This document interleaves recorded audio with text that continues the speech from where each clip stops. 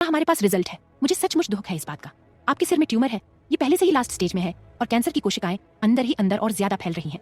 तुम्हारे पास अधिक से अधिक 3 महीने ही बचे हैं। अब बहुत देर हो चुकी है और इसका इलाज करने का कोई मतलब नहीं है। पर अगर तुम चाहो तो कहीं और जाकर कोशिश कर सकती हो। हालांकि अभी भी तुम बहुत कम उम्र की हो, लेकिन अब इसमें कुछ भी नहीं किया जा सकता। एक डॉक्टर होने के नाते मैंने पहले ही बहुत कोशिश कर ली है, पर अब मैं तुमसे ना तो झूठ बोल सकता हूँ और ना ही तुम्हें और ज्यादा कोई होप दे सकता हूँ। बस मैं इतना कह सकता हूँ कि आप अपने बचे हुए समय को एंजॉय करें। कोशिश करो कि बाद में कोई रिग्रेट्स ना हो। डॉक्टर के शब्द त्रिशा के सिर में किसी भयंकर श्राप के जैसे गूंज रहा था, जो उसकी गर्दन के चारों ओर कसने वाले एक अदृश्य फंदे में बदल गया हो और अब इससे उसका दम घुट रहा है। त्रिशा एक बेजान गुड़िया की तरह अस्पताल से बाहर चलकर आई। उसने चमकीले आकाश की ओर देखा। वह अपनी जिंदगी की परेशानियों में भूल ही गई थी कि आखिरी बार उसने इस चमकीले आकाश को कब ध्यान से देखा था। यह साफ और नीला है। उसके पास अब इसे देखने के ज्यादा मौके नहीं बचे थे। त्रिशा की आंखें धीरे धीरे धुंधली हो गई। जब उसने अपनी आंखें मली तो उसे एहसास हुआ कि उसकी आंख से आंसू निकल रहे हैं। उसका जीवन कभी न खत्म होने वाले बुरे सपने के जैसा था। ये उसकी दुनिया, उसकी डिग्निटी और उसकी होप्स को हमेशा ही टुकड़ों में कुचलता रहा। त्रिशा ने सोचा कि वह काफी बदकिस्मत थी। जिन माता पिता को वह 20 वर्षों से माँ और पापा कह रही थी, वे उसके बायोलॉजिकल पेरेंट्स नहीं थे। जिस घर में वह 20 साल से रह रही थी, वह उसका घर नहीं था। और आज उसे एहसास हुआ कि जिंदगी उसे जिस निराशा में धकेल चुकी है, उसकी कोई सीमा नहीं है। त्रिशा अपने विचारों में खोई हुई चलती जा रही थी। जब उसे होश आया तो वह सिंघानिया विला के मुख्य द्वार पर खड़ी थी, जहाँ वह रहती थी। त्रिशा के होंठ कांपने लगे। जब वह हेल्पलेस महसूस कर रही थी, तब वह बिना सोचे समझे अपने पेरेंट्स के पास आ गई थी, लेकिन उन्होंने पहले ही उसे बाहर निकाल दिया था। वे अब उसके पेरेंट्स नहीं थे। त्रिशा ने दुखी होकर सामने विला की ओर देखा और फिर उसने हिम्मत तो जुटाई, लेकिन उसकी एक कदम भी आगे बढ़ाने की हिम्मत नहीं हुई। त्रिशा मन ही मन सोच रही थी, अभी कुछ दिन पहले ही तो यह विला उसका अपना था, जहाँ वह रहा करती थी, और अब एक झटके में इस विला में रहने वाले लोगों के लिए वह अजनबी हो गई थी और उन्होंने बिना सोचे समझे उसे विला से बाहर निकाल दिया, जैसे उन्हें उससे कोई अटैचमेंट रही ही ना हो। अभी एक सप्ताह पहले तक तो त्रिशा सिंघानिया परिवार की प्यारी बेटी थी, जिससे हर कोई ईर्ष्या करता था। दिल्ली की कई मशहूर हस्तियां उनके 20th बर्थडे की पार्टी में शामिल हुई थे। वह पूरे दिल से खुश थीं कि वह सुर्खियों में है। फिर ये सब अचानक से क्या हो गया? उसकी खुशियां कभी न खत्म होने वाली मुसीबत में क्यों बदल गया था? सिंघानिया परिवार ने उसे घावों और चोटों के साथ छोड़ दिया, उसकी गरिमा और गौरव को नष्ट कर दिया और उसे कुचल दिया। जब उसकी माँ ने, जिसने उसे 20 सालों तक पाल पोस कर बड़ा किया, उसके चेहरे पर थप्पड़ मारा तो उसकी दुनिया ही बिखर गई। उसकी माँ ने खुद उससे कहा कि वह उसके परिवार की बेटी नहीं है। उसकी सबसे अच्छी दोस्त रीमा, जिसे वह स्कूल में 2 साल से जानती थी, सिंघानिया परिवार की असली बेटी थी। वह तो किसी की नाजायज औलाद थी जो धोखे से सिंघानिया परिवार में पहुंच गई थी। सभी ने उस पर रीमा की खुशियां चुराने का आरोप लगाया। उसके ऊपर यह भी आरोप है कि उसने सिंघानिया परिवार की असली बेटी की जगह को लेने की कोशिश कर रही थी। वह निहायत ही गिरी हुई और दुष्ट लड़की है। त्रिशा को खुद को समझाने का मौका दिए बिना सिंघानिया परिवार से उसे बाहर निकाल दिया गया। रीमा की व्यंग्यात्मक मुस्कान वह आखिरी चीज थी जो त्रिशा को सिंघानिया परिवार के बारे में याद थी, और इससे ज्यादा अब उसके अंदर सिंघानिया परिवार के बारे में याद रखने की हिम्मत ही नहीं हो रही थी। उस दिन के बाद से लोग उसे हार्टलेस, दुष्ट, अनग्रेटफुल अडॉप्टेड डॉटर कहने लगे। इस बीच सभी लोगों ने रीमा को इतने कठिनाइयों से गुजरने के बावजूद इतने अच्छे तरीके से सरवाइव करने के लिए उसे सराहा, और सिंघानिया परिवार भी बहुत ज्यादा खुश थे कि उनकी असली बेटी इतनी ज्यादा कैपेबल है कि अकेले ही वह इतने अच्छे से सरवाइव कर पाई। सिंघानिया परिवार की बेटी को ऐसा ही होना चाहिए था, बिल्कुल रीमा की तरह स्ट्रॉन्ग और केपेबल। लोग केवल उसी पर विश्वास करते हैं जिस पर वे विश्वास करने को तैयार है। वे सच्चाई की परवाह कभी नहीं कर सकते हैं। त्रिशा पूरी घटना के दौरान एब्सेंट माइंडेड में था। इससे पहले कि उसे एहसास होता कि क्या हुआ, उसका नाम हर जगह फैल चुका था, दूसरे की जगह लेने वाली दुष्ट लड़की के रूप में। जब वह अपने सोच में गुम थी तो अचानक किसी ने उसकी पीठ पर धक्का मार दिया। त्रिशा ने अपना संतुलन खो दिया और फिसल गई। उसकी कोहनी और घुटने जमीन पर जोर से टकराए, जिससे वह दर्द से कांपने लगी। मैं सोच रही थी कि तुम कौन हो, वह गिरी हुई लड़की जिसे सिंघानिया परिवार से बाहर निकाल दिया गया था। मुझे यकीन था कि तुम बाहर की दुनिया में जिंदा रहने के लिए संघर्ष करने के बाद सिंघानिया परिवार को परेशान करने के लिए लौट कर जरूर आओगी। कितने अफसोस की बात है, सिंघानिया परिवार तुम्हारे जैसी वाहियात लड़की को फिर कभी अपने घर में कदम नहीं रखने देगा। त्रिशा अपनी आंखों के कोनों से देख सकती थी। एक काले रंग हील्स पहने हुए 2 जोड़ी पैर उसके सामने खड़े थे। त्रिशा को बिना सिर उठाए ही पता चल गया कि यह किसकी आवाज है। यह मोना ही थी। पहले जब वह सिंघानिया परिवार की लाडली बेटी थी, तब यह उसकी बॉडीगार्ड थी और हर बार उसके आसपास चापलूसी करने के लिए उसका पीछा करती रहती थी। बाद में उनके सिंघानिया परिवार से निकाले जाने पर सबसे ज्यादा खुश होने वाली इंसान मोना ही थी। वह अब रीमा की बॉडीगार्ड थी। मोना ने मुड़कर रीमा की तरफ देखा और उससे त्रिशा का मजाक उड़ाते हुए कहा, रीमा देखो, क्या यह एक आवारा कुत्ते की तरह नहीं दिख रही है जो सड़क के किनारे भूख से मर रही हो? रीमा सक्सेना, जो सिंघानिया परिवार में लौट आई थी और अपना पहले वाला नाम बदलकर अब रीमा सिंघानिया रख लिया था, चिंतित चेहरे के साथ पीछे खड़ी थी। वह काफी परेशान होकर मोना की तरफ देखकर उससे बहुत ही धीमी आवाज में बोलती है, मोना, ऐसा मत बनो।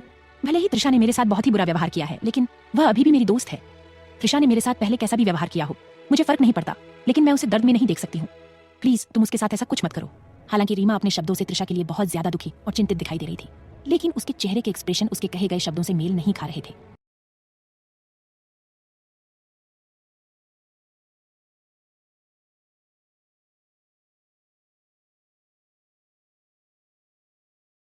रीमा को देखते हुए दुर्भावना से चमक उठी। वह अब और सहन नहीं करेगी। अगर सामने वाला उसे चोट पहुंचाएगा तो वह भी उसे चोट पहुंचाने में जरा भी नहीं हिचकिचाएगी। ये सोचते हुए त्रिशा के चेहरे पर एक शैतानी मुस्कुराहट आ गई। उसने चेहरा घुमाकर मोना की तरफ देखा और एक सुंदर मुस्कान के साथ कहा, मेरे पास तुम्हारे लिए एक सीक्रेट है, क्या तुम इसे सुनना चाहती हो? यह सीक्रेट एक हर आदमी को तुम्हारे हाथों का खिलौना बना देगा। त्रिशा के अचानक कहे गए शब्दों को सुनकर मोना झिझक गई। थोड़ी देर बाद वह आगे झुकी। बेहतर होगा कि तुम मुझसे झूठ न बोलो, नहीं तो।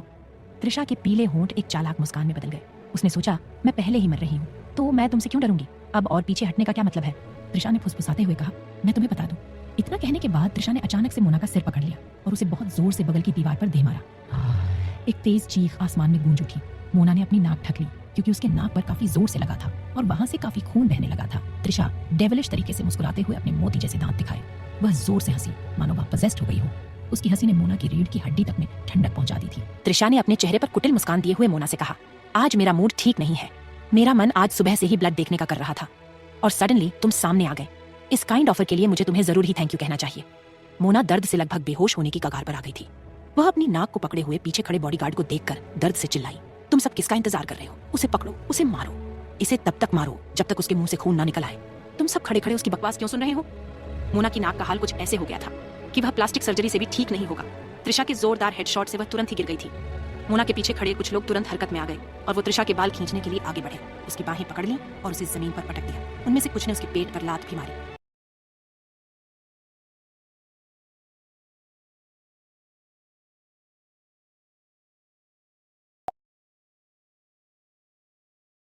रीमा त्रिशा को मार खाते देखकर एक सुंदर नजारे की तरह एंजॉय कर रही थी, जैसे यह उसके लिए कोई सुखद दृश्य हो। तभी अचानक रीमा ने 2 कारों को इस रेजिडेंशियल एरिया से बाहर निकलते देखा।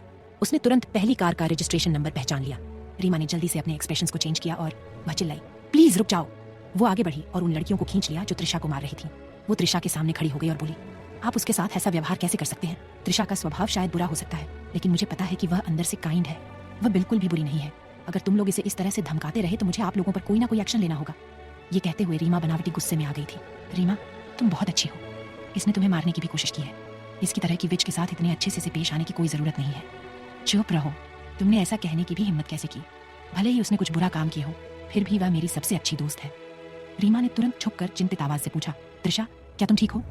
रीमा ने त्रिशा की मदद करने का नाटक करते हुए उसके कान में फुसफुसाया, त्रिशा एक डूबता हुआ इंसान कैसा लगता है? मैं वह सब कुछ तुमसे वापस लेने जा रही हूँ जो तुमने मुझसे लिया था।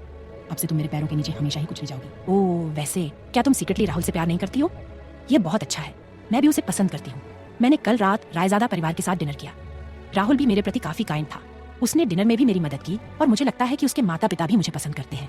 आह! एक जोरदार थप्पड़ ने रीमा के शब्दों को रोक दिया। त्रिशा के थप्पड़ से रीमा का सर एक तरफ हो गया। उसने अपना जलता हुआ चेहरा पकड़कर अविश्वास से कहा, त्रिशा तुमने मुझे थप्पड़ मारने की हिम्मत की? त्रिशा के पीले चेहरे पर हल्की लेकिन चौड़ी मुस्कान थी। तो क्या हुआ अगर मैंने तुम्हें थप्पड़ मार दिया? क्या एक क्रूर, हार्टलेस और दुष्ट लड़की द्वारा थप्पड़ खाना इतना सरप्राइजिंग है? रीमा ने अपने दांत खींच लिए। उसने अपना आधा चेहरा अपने हाथों से ढक लिया। त्रिशा क्यों? तुम ऐसी क्यों हो गई? तुम पहले तो ऐसी नहीं थी ना? रीमा के शब्द से दुख छलक रहा था, लेकिन उसका पूरा चेहरा गुस्से से लाल हो चुका था। वह गुस्सा निकालना चाहती थी, लेकिन सामने कार में बैठे इंसान को देखकर वह अपना गुस्सा त्रिशा पर निकाल नहीं सकती थी। त्रिशा व्यंग्यात्मक तरीके से हंसते हुए बोली, मैं हमेशा से ऐसी ही रही हूँ।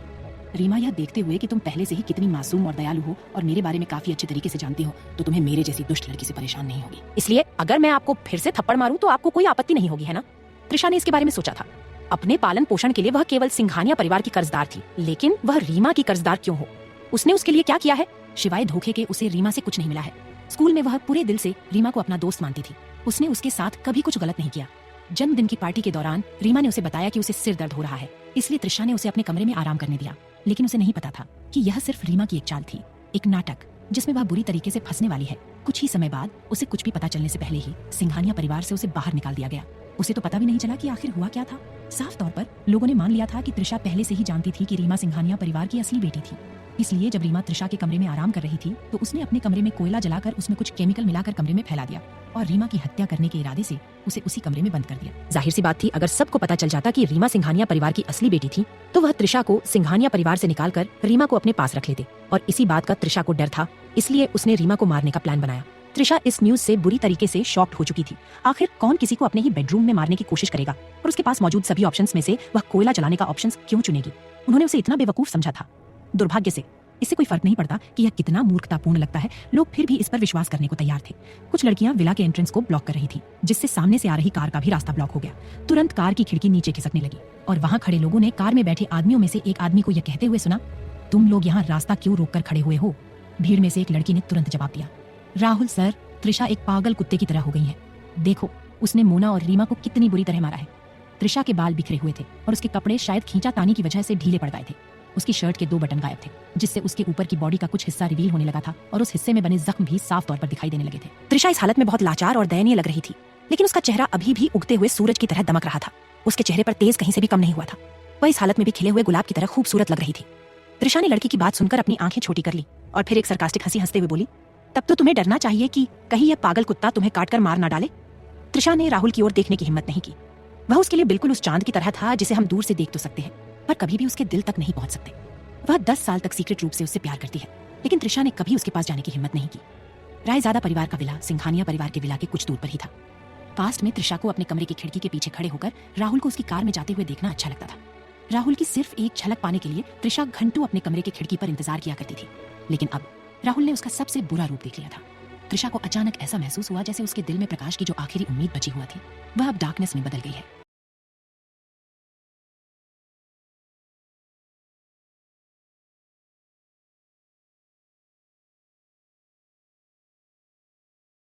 राहुल ने त्रिशा को ऐसे देखा जैसे वह कोई अजनबी हो। राहुल की आंखों में त्रिशा के लिए तिरस्कार के भाव थे, जैसे वह कोई यूजलेस चीज को देख रहा हो। एक नजर त्रिशा को देखने के बाद राहुल थोड़ा इम्पेशेंटली होते हुए कहा, एक तरफ हट जाओ और रास्ता रोकना बंद करो। रास्ते पर तमाशा क्यों कर रही? तुम्हें यह सब करना ही है तो कहीं और जाकर करो। दूसरों का समय अपने इस तमाशे में बर्बाद मत करो। जब त्रिशा ने राहुल की आंखों में अपने लिए नफरत के भाव देखा तो उसे ऐसा लगा जैसे उसके गले में कोई फांस धंस गई हो, और अब जब वह उसे निकालने की कोशिश कर रही थी तो उसे अपने गले में तेज दर्द होता हुआ सा महसूस हो रहा था। त्रिशा का दिल अचानक से असहनीय दर्द से तड़प उठा। वह अपनी नम आंखों से एक नजर राहुल की तरह देखा और फिर वह अपने खून से लथपथ पैरों को जमीन पर घसीटते हुए एक तरफ चली गई। राहुल की नजर में यह नजारा एक तमाशा के अलावा और कुछ नहीं था। इसका उससे कोई लेना देना नहीं था। त्रिशा के साइड होते ही राहुल ने तुरंत अपनी कार के गियर में पांव डाला और स्पीड के साथ अपनी कार को आगे बढ़ा दिया। जब राहुल चला गया तो रीमा के चेहरे पर जो दयनीय और दुख के भाव थे वह गायब हो गए। उसने अपने आंसू पोंछे और अपने बगल की लड़कियों की ओर मीनिंगफुल नजरों से देखा। वे लड़कियां तुरंत रीमा के इरादे को समझ गई और त्रिशा की ओर भागी। यू बिच, हमें मार कर भागने की कोशिश कर रही हो? रुको, हम तुम्हें अभी बताते हैं। उन्होंने त्रिशा को पकड़ लिया और उसे फिर से मारने वाले थे। तभी एक जोरदार आवाज ने तुरंत उन सब का ध्यान अपनी ओर आकर्षित किया और वे सभी तुरंत पीछे मुड़े। एक काली बेंटले सड़क के किनारे एक लाल पोर्श से टकरा गई थी। टक्कर इतना जोरदार था कि पोर्श का गेट टूटकर जमीन में गिर चुका था और कार काफी डैमेज हो चुकी थी। पोर्श रीमा की थी। सिंघानिया परिवार में लौटने के बाद उसके पेरेंट्स द्वारा दिया जाने वाला सबसे पहला गिफ्ट यह कार ही थी। उसने अभी तक उस पर अपनी लाइसेंस प्लेट भी नहीं लगाई थी। जब रीमा ने देखा कि उसकी कार का क्या हाल हो चुका है तो वह गुस्से से भर गई। रीमा का एक नौकर ब्लैक बेंटले की तरफ देखकर चिल्लाया, क्या तुम्हारा दिमाग खराब हो गया है? क्या तुम्हें कोई अंदाजा है कि यह कार किसकी है? बेंटले की विंडो धीरे नीचे हो गई और एक बेहद कोल्ड आवाज चारों तरफ गूंज गई, क्या यह कार तुम्हारी है? आवाज बहुत ज्यादा ठंडी थी, इतनी ठंडी कि बिना उस आदमी के चेहरे को देखे वहाँ खड़े लोगों के रीढ़ की हड्डी में कंपन पैदा हो गई। वह लड़कियां जो अभी त्रिशा को मारने के लिए उसके पास जा रही थी, वह अपने आप डर के मारे तुरंत साइड में जाकर खड़ी हो गई। वही त्रिशा जो अभी दर्द से कराह रही थी, इस ठंडी आवाज को सुनते ही उसकी आंखें एक भयानक डर से चौड़ी हो गई और उसका पूरा शरीर सबकॉन्शियस रूप से कांपने लगा। वह अपना सारा दर्द अचानक से भूल गई थी और उसका दर्द से कराहना कब का बंद हो गया था। त्रिशा इस आवाज को सुनते ही पहचान गई थी कि यह किसकी आवाज है। भला वह इस डरावनी आवाज को अपने जीवन में कैसे भूल सकती है? हाँ, ये वही है, ये वही हो सकता है। त्रिशा अपने होठों पर धीरे से बड़बड़ाई, अभिमन्यु रायजादा, ये डेविल किंग यहाँ क्यों आ गया इस वक्त? इसे इसी वक्त क्यों यहाँ आना था? त्रिशा ने कसकर अपनी आंखें बंद कर ली और उसने उस तरफ देखने की हिम्मत नहीं कि जिस तरफ से वह ठंडी आवाज आई थी। आंखें कसकर बंद किए हुए त्रिशा इस वक्त किसी शुतुरमुर्ग की तरह लग रही थी जो मुसीबत आने पर अपने सर को छिपा लेने के बाद सोचता है कि वह उस मुसीबत से बच गया है। त्रिशा ने कसकर अपनी आंखें इस तरह से बंद की थी जैसे उसकी आंखें बंद करने से वह डरावनी आवाज वाले इंसान से बच जाएगी। और सिर्फ त्रिशा का ऐसा हाल नहीं था, बल्कि वहां खड़ी रीमा का हाल भी त्रिशा से कुछ अलग नहीं था। ओह नो, ऐसा नहीं हो सकता। जब रीमा ने गाड़ी चला रहे व्यक्ति को देखा तो वह डर से हाँफने लगी। उसके मुंह से हकलाती हुई आवाज निकली, अभिमन्यु रायजादा। जब उसके नौकरों ने उस कार वाले आदमी का नाम सुना तो उन्होंने सदमे में अपना मुंह ढक लिया। दिल्ली में हर कोई जानता था कि अभिमन्यु रायजादा कौन है। दिल्ली में ही नहीं, पूरे एशिया में अभिमन्यु के क्रुएलिटी और रूथलेसनेस की खबरें आम थी। सब इस हार्टलेस कहे जाने वाले अभिमन्यु रायजादा को काफी अच्छे से जानते थे, या यूं कहे कि सिर्फ उसके नाम के खौफ से डर से कांपने लगते थे। अभिमन्यु रायजादा दिल्ली का मोस्ट एलिजिबल बैचलर और क्रूएल डेविल कहे जाने वाला इंसान, जिसके पीछे दिल्ली की सारी लड़कियां पागल थीं। हालांकि उसके निर्दय होने के किस्से काफी आम थे, पर इससे लड़कियों की अभिमन्यु के लिए दीवानगी पर कोई खास फर्क नहीं पड़ता था। वह तो अभिमन्यु के हैंडसम चेहरे और उसके शानदार पर्सनैलिटी की दीवानी थी। हाँ, यह अलग बात थी कि वह उसे केवल दूर से ही देखने और उसे पाने की इच्छा रख सकती थी।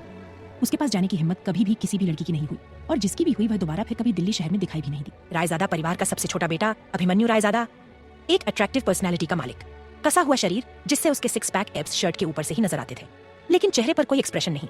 उसका चेहरा हमेशा ही पत्थर की तरह कठोर और आंखें बेहद सर्द, इतनी कि वह अपने देखने मात्र से लोगों के शरीर में कंपन पैदा कर सकता था। कहने के लिए अभिमन्यु रायजादा राहुल के सबसे छोटे अंकल थे, लेकिन दोनों की ही पर्सनैलिटी में जमीन आसमान का अंतर था।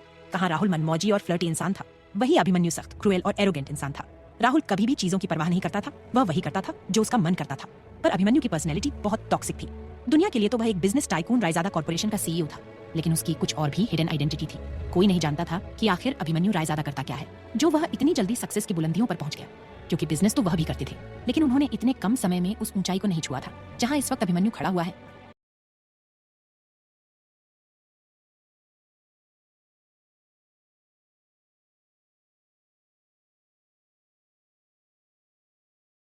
अभिमन्यु ने अपनी तीखी नजरों से लड़कियों की ओर देखा और पूछा, यह कार किसकी है? रीमा ने तुरंत जवाब दिया, यह कार मेरी है, पर कोई बात नहीं, मुझे पता है कि आपने यह सब जानबूझकर नहीं किया होगा। मैं इसे बाद में ठीक करवा लूंगी आपको। रीमा को देखते हुए अभिमन्यु के होंठ ऊपर की ओर मुड़े गए थे। उसने रीमा को बीच में काटते हुए अपनी कोल्ड वॉइस में कहा, आई एम सॉरी, पर मैंने जानबूझकर ही ऐसा किया है। रीमा और बाकी सब जो उसके पीछे खड़े थे वह शॉक्ड हो गए थे जब उन्होंने अभिमन्यु को डायरेक्टली एक्सीडेंट को खुद से एडमिट करते हुए सुना। पर वह अभिमन्यु रायजादा था। भला किसकी हिम्मत थी कि उसे कोई कुछ कह सके? वह जो चाहे वह कर सकता था और किसी की हिम्मत भी नहीं होगी कि वह उसे रोक सके। वह एक्सीडेंट कर सकता था, चाहे तो वह कार को पूरी तरह से उनके सामने ही डिस्ट्रॉय कर सकता था, और वह सब केवल देखने के अलावा एक भी शब्द कहने की हिम्मत नहीं कर सकते थे। अभिमन्यु अपनी तिखी नजरों को सिकोड़ कर उन लोगों की तरफ देखा और फिर अपनी बेहद कोल्ड आवाज में कहा, तुम लोगों ने मेरा रास्ता रोक कर रखा है, क्या तुम लोग जानते हो कि इसका अंजाम क्या हो सकता है? रीमा को अचानक आसपास का तापमान गिरता हुआ सा महसूस हुआ। वह हकलाते हुए बोली, हाँ हाँ, आपका रास्ता रोकना हमारी गलती है, हमें ऐसे आपके रास्ते के बीच में। रीमा को बीच में काटते हुए एक बार फिर अभिमन्यु की सर्द आवाज वहां चारों तरफ गूंज गई, अंदर आओ। रीमा चौंक गई। एक पल के लिए तो उसे समझ ही नहीं आया कि आखिर अभिमन्यु ने कहा क्या, लेकिन जल्द ही वह एक्साइटमेंट से लगभग उछल ही पड़ी थी। वह अपनी खुशी को रोकने की पूरी कोशिश कर रही थी। क्या सच में अभिमन्यु रायजादा ने उसे अपनी कार में बैठने के लिए इनवाइट किया है? यह तो किसी सपने की हकीकत होने जैसा था। भला कितनों को मौका मिला है अभिमन्यु रायजादा के साथ उसकी पैसेंजर सीट पर बैठने का? उनके नाम मुश्किल से गिनती में ही होंगे जिन्हें अभिमन्यु रायजादा ने खुद अप्रोच किया हो। तो क्या वह उन लकी पर्सन में आती है जिसे अभिमन्यु रायजादा थोड़ी अहमियत देता है? हाँ, बिल्कुल ऐसा ही है। वह सच में इस दुनिया की सबसे लकी लड़की है, वरना सब लोग जानते थे कि अभिमन्यु जिसे पसंद नहीं करता उसे पहचानने से भी इनकार कर देता है। जब रीमा ने पलटकर अपने सबॉर्डिनेट्स और बाकी खड़े लोगों की आंखों में आश्चर्य और ईर्ष्या के भाव देखे तो उसका चेहरा तुरंत शर्म से लाल हो गया। लोगों के चेहरे के एक्सप्रेशन ने रीमा के घमंड को और भी ज्यादा बढ़ा दिया। रीमा ने घमंड से धीरे से अपना सिर उठाया और खूबसूरती से कार के पास पहुंची। अभिमन्यु, मैं सच में आपकी शुक्रगुजार हूँ कि आपने मेरी मदद करने के बारे में सोचा, रीमा ने शर्माते हुए कहा। उसने शर्माते हुए कार की डोर को खोलने के लिए हाथ बढ़ाया, लेकिन जैसे ही उसने हैंडल को छुआ, रीमा को ऐसा लगा जैसे किसी ने उसके ऊपर ठंडे पानी की एक बाल्टी भरकर उड़ेल दी हो। उसने अभिमन्यु को सर्द आवाज में यह कहते हुए सुना, त्रिशा, तुमने केवल अपने पैरों को चोट पहुंचाई है या फिर अपने कानों को भी चोट पहुंचा ली है जो तुम्हें सुनाई नहीं दे रहा है। रीमा का सुंदर चेहरा अचानक से गुस्से से लाल हो गया। उसने पलटकर त्रिशा की ओर देखा, जो शॉक्ड एक्सप्रेशन लिए अभिमन्यु की तरफ देख रही थी। त्रिशा को देखते हुए रीमा की आंखें गुस्से से लाल होने लगी। उसके चेहरे पर त्रिशा के लिए नफरत साफ दिखाई देने लगी। अभिमन्यु ने उसे नहीं बल्कि इस बिच त्रिशा को बुलाया था। उसने इस त्रिशा को इनवाइट किया था अपने साथ बैठने के लिए। पर क्यों? अभिमन्यु ने इस बिच को क्यों अप्रोच किया है? रीमा ने अपनी फीलिंग्स को छुपाने की पूरी कोशिश की, पर फिर भी अपने होठों को काटते हुए उसका सुंदर चेहरा असीम गुस्से और जेलसी को एक्सपोज कर रहा था। अगर वह कोई और होता तो शायद उसे इतना ज्यादा फर्क नहीं पड़ता, लेकिन वह लड़की त्रिशा ही क्यों होनी थी? वह अभिमन्यु के साथ इस दुष्ट त्रिशा को हरगिज बर्दाश्त नहीं कर सकती थी। अभिमन्यु के होते त्रिशा को कुछ कहने या करने की हिम्मत वह नहीं कर सकती थी। रीमा ने अपनी नफरत भरी निगाहों से त्रिशा को घूरा। गुस्से से उसके हाथों की मुट्ठियां कश गई थी। इंटेंस जेलसी ने उसके दिल को बुरी तरीके से जकड़ लिया था और अब उसका दिल टुकड़ों में बिखर रहा था। वही त्रिशा को पता था कि अब छिपने के लिए कोई जगह नहीं बची है। वह अपने डर को कंट्रोल करते हुए पलटी और धीमी आवाज में हकलाते हुए बोली, मैं नहीं, मैं कैसे? दोपहर का समय था। सूरज की तीखी किरणें सीधे त्रिशा की आंखों पर पड़ रही थी, जिससे वह अपनी आंखों को ठीक से खुला नहीं रख पा रही थी। जब त्रिशा ने कार की विंडो से उस आदमी को देखा तो उसने सबकॉन्शियस रूप से अपनी आंखें बंद कर ली। अभिमन्यु की सर्द नजरें इस वक्त उसी पर टिकी हुई थी, जिसे त्रिशा ज्यादा देर तक बर्दाश्त नहीं कर पाई और अपने आप उसकी आंखें बंद हो गई। थोड़ी देर बाद त्रिशा ने अपनी आंखें खोली और अभिमन्यु की आंखों में देखा, ऐसी कोल्ड आंखें जिन्हें देखने के बाद कोई भी इंसान चाहकर भी ना भूल पाए। अभिमन्यु की आंखें आकाश गंगा में चंद्रमा की तरह थीं, चमकदार मगर बर्फ की घाटी की तरह ठंडी। त्रिशा ने अभिमन्यु की आंखें देखने के बाद उसे मना करने की हिम्मत नहीं की। उसने अपने मन के शब्दों को मन में ही निगल लिया और कहा, नहीं, मतलब मैं अभी आ रही हूँ। त्रिशा उतने ही वर्षों से अभिमन्यु रायजादा से डरती आ रही है जितने वर्षों से वह राहुल से सीक्रेट रूप से प्यार करती आ रही थी। वह अभिमन्यु रायजादा से इतना डरती थी कि उसकी आवाज सुनते ही वह कांप उठती थी। त्रिशा ने कई बार यह सुना था कि रायजादा परिवार का तीसरा बेटा बहुत ही जेंटलमैन और ऑनेस्ट पर्सन था। त्रिशा उन सभी कमेंट्स का उपहास करने से खुद को रोक नहीं पाई। वह लोग सिर्फ अंधे ही नहीं बल्कि बेवकूफ भी है। भला ऐसे पत्थर दिल इंसान को जेंटलमैन और ऑनेस्ट इंसान कैसे कहा जा सकता है? सच में दुनिया में चापलूसों की कमी नहीं है। त्रिशा को अभिमन्यु की तरफ जाते देख रीमा गुस्से से कांप उठी। उसका मन कर रहा था कि वह अभी त्रिशा को पकड़कर उसका सर जोर से जमीन पर पटक दे, जिससे उसका यह सुंदर चेहरा खराब हो जाए। फिर मैं देखती हूँ कि वह अभिमन्यु और बाकी मर्दों को अपनी तरफ कैसे अट्रैक्ट करती है। वह हमेशा त्रिशा से नफरत करती थी, लेकिन उसने कभी भी उससे उतनी नफरत नहीं की जितनी अब करती है। रीमा ने मन में सोचा, ये पहले से ही एक निहायती गिरी हुई बिच है। इसने the devil king Abhimanyu Raizada का ध्यान कैसे आकर्षित किया। सभी जानते थे कि रायजादा परिवार कितना सम्माननीय था, और अभिमन्यु रायजादा एक परफेक्ट चार्मिंग प्रिंस जिसका सपना दुनिया की हर एक लड़की देखती है। अभिमन्यु सच में कुछ ज्यादा ही अच्छा है जो वह इस गिरी हुई लड़की को इतना अटेंशन दे रहा है। ये दुष्ट त्रिशा क्या सोच रही है? वह है कौन? वह सिर्फ एक घृणित बेवकूफ लड़की है जिसने सिंघानिया परिवार की बेटी के रूप में उसकी पहचान चुरा ली थी।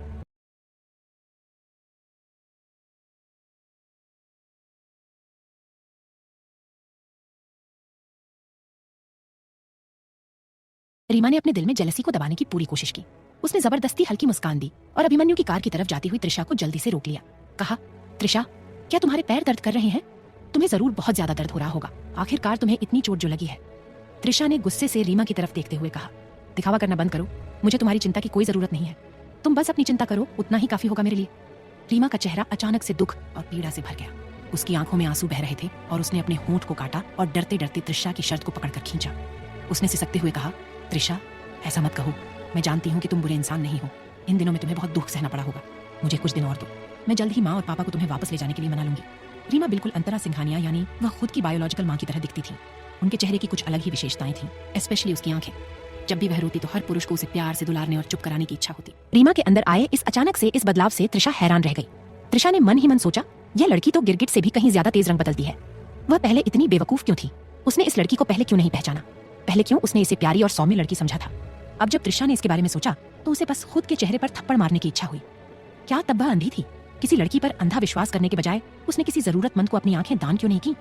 त्रिशा ने हंसते हुए कहा, अगर तुम मुझे एक बार के लिए भी घृणित महसूस नहीं कराओगी तो क्या तुम मर जाओगी रीमा? रीमा ने एक नजर त्रिशा पर डाली, फिर उसने डरते हुए अभिमन्यु की ओर देखा और धीमी आवाज में कहा, अभिमन्यु, ये ठीक है, त्रिशा का स्वभाव थोड़ा बुरा हो सकता है, लेकिन वह एक अच्छी इंसान है। प्लीज आप उसे बिल्कुल भी गलत ना समझे और ना ही उसे दोष दे। रीमा इस वक्त एक परफेक्ट बहन की तरह लग रही थी, जो अपनी बहन को किसी की नजरों में बुरी बनते हुए नहीं देखना चाहती थी, भले ही वह कितनी ही गलत क्यों ना हो। त्रिशा पूरी तरह से निराशा और गुस्से से भर गई थी। वह अब और रीमा पर ध्यान नहीं देना चाहती थी। रीमा की बातें त्रिशा को अब फ्रस्ट्रेशन में डाल रही थी। कोई इतना ज्यादा ड्रामेबाज कैसे हो सकता है? इस लड़की को तो एक बेहतरीन एक्टर होना चाहिए। पता नहीं क्यों ये अपना टैलेंट यहाँ पर वेस्ट कर रही है। त्रिशा ने रीमा को पूरी तरीके से इग्नोर करने का डिसाइड किया और वह गुस्से से कार के पिछले डोर को खोलती है और कार के अंदर जाने के लिए आगे झुकी। पर वह शॉक्ड रह गई जब उसने अभिमन्यु को ठंडे स्वर में कहते हुए सुना, get off the car. Abhimanyu के शब्द सुनते ही रीमा की आंखें चमक उठी। उसकी बातें सच में जादू की तरह काम कर रही थी। आखिरकार उसने इतना अच्छा नाटक किया था, अभिमन्यु को उस पर तो यकीन करना ही था। रीमा कुछ कहने ही वाली थी कि एक पतला हाथ रेशमी रुमाल के साथ विंडो से बाहर निकला। अभिमन्यु की पतली उंगलियां बहुत ही सुंदर लग रही थी और इसके नेल्स अच्छी तरह से काटे गए थे। यह परफेक्ट आर्ट का एक नमूना जैसा लग रहा था। त्रिशा थोड़ा चकित थी। अभिमन्यु के हाथ लड़कियों से भी कहीं ज्यादा सुंदर और अट्रैक्टिव थे। अभिमन्यु ने त्रिशा की तरफ देखते हुए कहा, दरवाजे के हैंडल को साफ करो। त्रिशा स्तब्ध रह गई। हाँ, अभिमन्यु ने कहा, यह गंदा हो चुका है, इसे साफ करो। रीमा का चेहरा अपमान से भर गया। उसने अपनी मुट्ठियां कसकर भींच ली। उसके नाखून उसकी स्किन में गड़ रहे थे, पर उसे तो अब कोई दर्द महसूस ही नहीं हो रहा था। क्या अभिमन्यु इनडायरेक्टली उसे गंदा कह रहा है कि उसके छूने मात्र से उसकी कार गंदी हो चुकी है? दूसरी ओर त्रिशा अभिमन्यु की इस बात से बहुत ज्यादा खुश हो गई थी, लेकिन वह और भी ज्यादा खुश हो जाती है अगर अभिमन्यु ने रीमा को यहाँ से सीधा जाने के लिए कहा होता तो। रीमा अभी तक अभिमन्यु के शब्दों से बुरी तरह से शॉक थी। उसे लगा कि शायद अभिमन्यु को कुछ कंफ्यूजन हो गया है। अभिमन्यु को शायद नहीं पता होगा कि वह कितनी सुंदर और समझदार लड़की है। रीमा ने जल्दी से अपने चेहरे के एक्सप्रेशन को चेंज किया। वह अब बहुत ही लाचार नजर आ रही थी। रीमा ने चिंतित नजरों से त्रिशा का हाथ खींचा और विनती की, त्रिशा, मेरे साथ खड़ा हो। हम एक साथ माँ और पापा से इस बारे में बात करेंगे। वे बस आपसे निराश है, लेकिन वे अब भी आपसे बहुत प्यार करते हैं। त्रिशा को अभी रीमा के इस नाटक से चिढ़ होने लगी थी। उसने रीमा का हाथ झटक दिया और बोली, दूर रहो, क्या तुम्हारा अभी तक ड्रामा खत्म नहीं हुआ है? त्रिशा अब किसी चीज की परवाह नहीं कर रही थी। इसके अलावा अभिमन्यु के सामने कोई भी इमोशनल ड्रामा करना बिल्कुल ही बेकार था। अभिमन्यु की